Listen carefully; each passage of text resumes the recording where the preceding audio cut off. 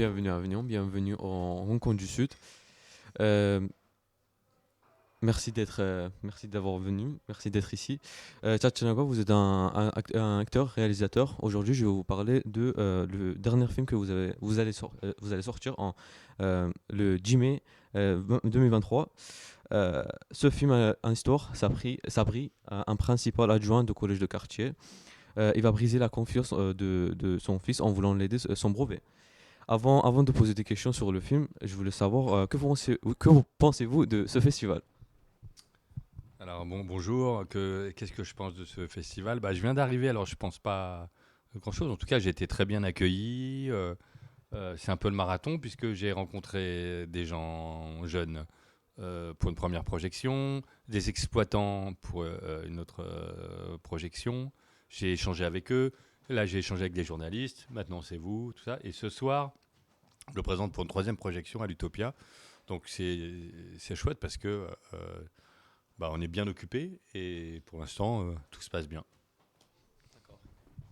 Bon, c'est très bien. Du coup, on voit dans le film que Sabri a fait une grosse erreur. Et je voulais savoir, pensez-vous on a le droit à une deuxième chance après avoir fait une grosse erreur comme ce qui s'est passé dans le film? Alors oui, dans le film, c'est vrai que le personnage qui se présente comme quelqu'un d'intègre, quelqu'un qui a des principes, etc., à un moment donné, il fait un truc pas bien. Alors pour les gens qui n'ont pas vu le film, j'en dis pas plus. Mais est-ce que après avoir fait ça, il a le droit à une deuxième chance? À la fois, peut-être qu'il va apprendre de cette erreur, et peut-être que tout d'un coup, à partir de là, rien ne sera plus comme avant. Mais en même temps, il ne pourra pas effacer ce qu'il a fait.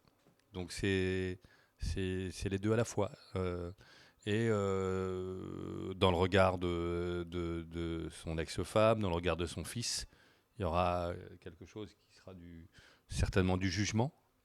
Après, je ne vais pas vous raconter le film parce qu'il faut le voir. Euh, Sans doute que ça aura travaillé en lui et que peut-être ça aura amené une réflexion sur qui il est, sur ce qu'il a fait, etc. quoi. Suspense. Merci. J'essaie de trouver des questions qui ne vont pas spoiler le film. Comme ce question-là, je sais pas vraiment d'expliquer ce qui s'est passé. Mais j'ai une question sur vous.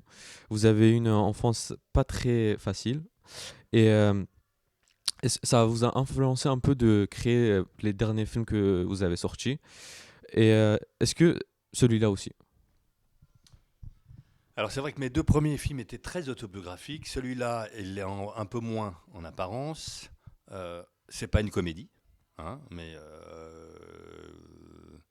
donc peut-être qu'il y a toujours quelque chose de la gravité et dans les personnages et dans ce qui se joue entre les personnages, dans l'histoire, etc. Euh, le prochain, parce que j'en ai déjà tourné un autre, euh, c'est une comédie sociale avec un acteur peut-être que vous connaissez qui s'appelle Jean-Pascal Zadi. Euh, et peut-être que avec le temps, je deviens de plus en plus léger. Allez savoir. Peut-être que. Hein. Mais moi, j'aime bien tous les registres. J'aime bien j'aime bien le drame psychologique, j'aime bien la comédie. Il faut juste que ça m'intéresse et que ça soit fait voilà, avec cœur, avec du travail, que ce soit pas trop facile. Voilà. Bon, je sais pas si je réponds à votre question. Bon, bah merci. Personnellement, moi, je suis venu en 2019 en France et je parlais ni français ni anglais et j'ai beaucoup souffert des critiques des élèves dans ma classe, d'autres classes.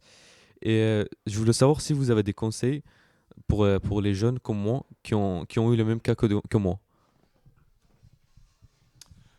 Déjà, je trouve que pour 3 ans, c'est déjà formidable la manière dont tu t'exprimes. Je te dis tu. Hein, euh, donc, si les gens sont là, moqueurs, tout ça, tu t'en fous. Faut t'en foutre. Et c'est parce qu'ils sont bêtes. Faut que tu avances. tu fasses ton chemin et que tu vas trouver ta voie et que sans doute, si, tout le parcours que tu as pu faire jusqu'alors, euh, c'est pas fini. Donc ça peut te donner la niaque, quoi. Tu connais le mot niaque? Ouais, voilà. Et puis je pense que tu l'as déjà. Donc ça, c'est formidable. Il me semble. Hein, je sais pas, je te connais pas. Là, je viens juste de te rencontrer, mais donc faut s'en foutre des gens qui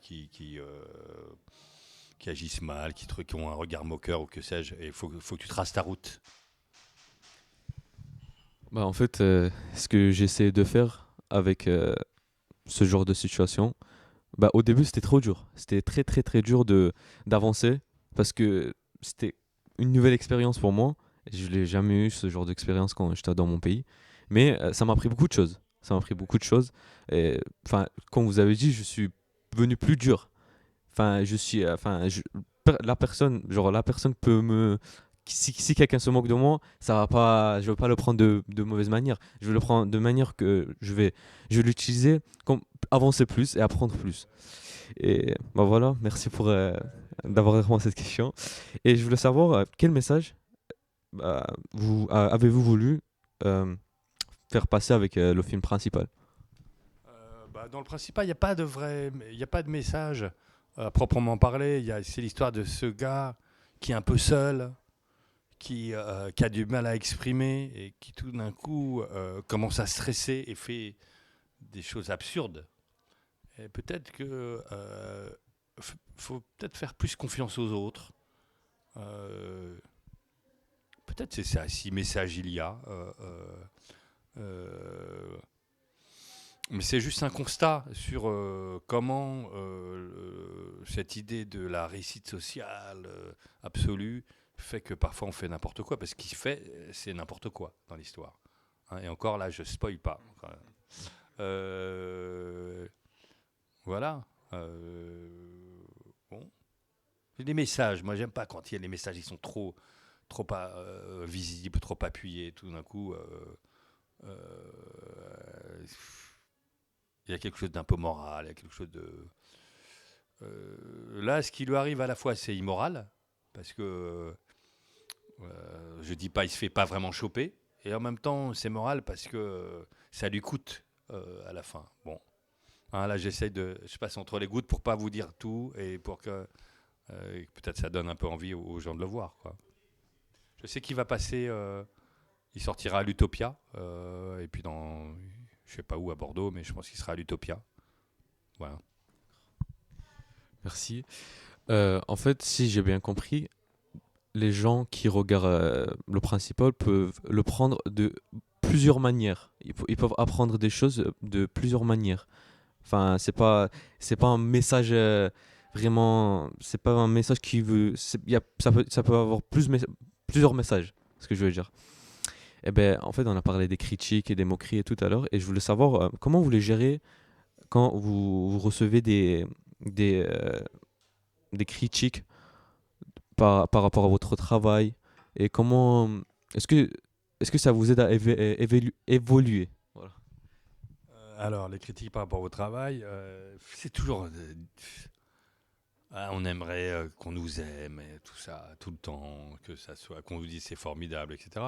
Et en même temps, si tout le monde vous aime, c'est bizarre, euh, parce que déjà tous les goûts sont dans la nature, donc tout le monde n'aime pas la même chose. Et si tout le monde aime la même chose, c'est quand même étrange.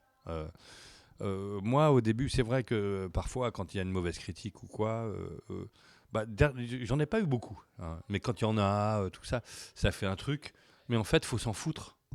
Faut avancer, faut savoir ce qu'on a envie de faire, et savoir ce qu'on a envie de raconter. Et puis, de toute façon, quand on fait des films, c'est des tentatives. Hein, on se dit, tiens, la prochaine fois, je ferai mieux, je ferai autrement, et ça nous donne envie de refaire, de raconter des histoires de nouveau, etc.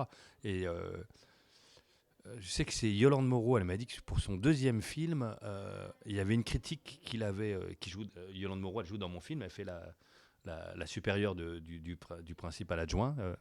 Et elle m'a dit qu'elle avait elle avait lu une critique qui l'avait tellement démoralisée que ça l'avait tétanisée et qu'elle avait plus pu écrire.